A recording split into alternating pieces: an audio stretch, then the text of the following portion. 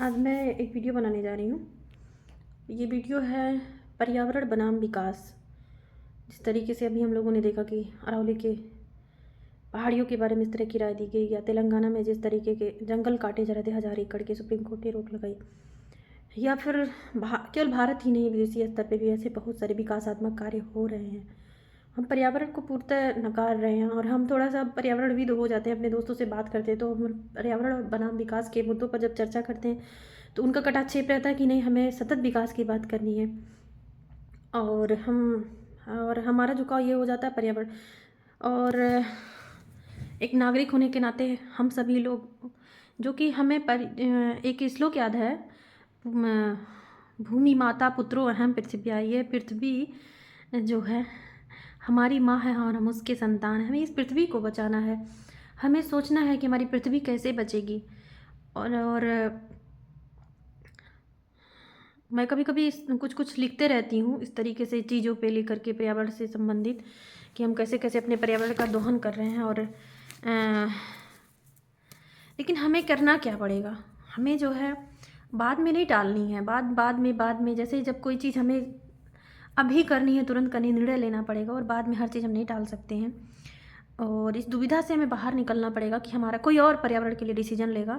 हमें अपने पर्यावरण के मुद्दों पर हर तरह से, क्योंकि हम देख रहे हैं कि जो है मानव के जो ह्यूमंस में जो मेल हैं उनके स्पर्म में माइक्रो प्लास्टिक पाए जा रहे हैं। महिलाओं के जो इतने ज़्यादा प्रेग्नेंट वीमेन हैं उनके एम्नियोटिक फ्लूइड लगातार कम हो रहे हैं।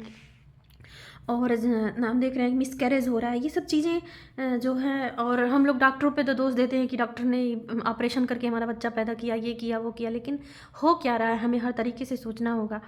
और जिस तरीके से जंगलों को काटा जा रहा है, नदियाँ प्रदूषित हो रही हैं, इंडस्ट्रियल जिस तरह से ग्लोबलाइजेशन, इस तरीके से इंडस्ट्रियलाइजेशन जिस तरीके से बढ़ रहा है, लैंड का पोल्यूशन बढ़ते जा रहा है, कि हम तब निर्णय लेंगे जब हमारी पृथ्वी रहने लायक नहीं बचेगी। हमें क्या करना चाहिए? अभी देखिए हर तरह से हम पृथ्वी का शोषण कर रहे हैं, चाहे वो जल संसाधन, जितने भी संसाधन उनका हम अति दोहन करते जा रहे हैं।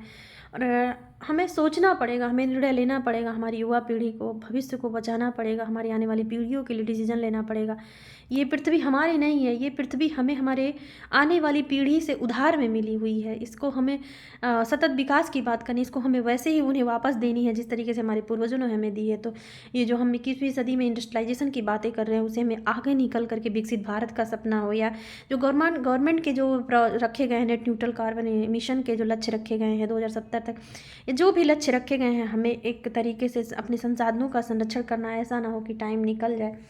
हमारी कुछ दोस्तों से बात होती रहती है, वो बोलते हैं कि मैम अभी जो अहमदाबाद दुर्घटना हुआ था, हम आपको बताना चाहेंगे उसमें जो मतलब वो था, प्लेन क्रैश हुआ था, उसमें 1 लाख लीटर पेट्रोल पड़ा हुआ था। क्या 1 लाख लीटर पेट्रोल तो हमारी पता नहीं कितनी पीढ़ियाँ नहीं यूज कर पाएंगी।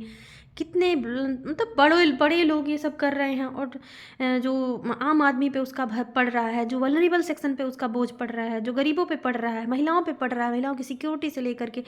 तो कहीं ना कहीं नीति निर्माता, हम एक दिन मीटिंग ले रहे थे, हमें कहा गया कि मैडम नीति निर्माता लोगों को इस पर ध्यान देना चाहिए। तो मैं भी कुछ नहीं बोल पाई थी, और थोड़ा बहुत बोली थी कि नहीं, नीति निर्माता लोग ज़रूर ध्यान देते हैं, लेकिन मैं भी चाहती हूँ कि मतलब हर आदमी के अंदर ये क्रांति आए और हमें पर्यावरण को बचाना है। एक ही उपदेश हो, ये भूमि माता पुत्रो अहम पृथिव्याम, जैसा बार बार कहती हैं, ये पृथ्वी हमारी माता, हम उसके संतान, हमें इस पृथ्वी को बचाना है।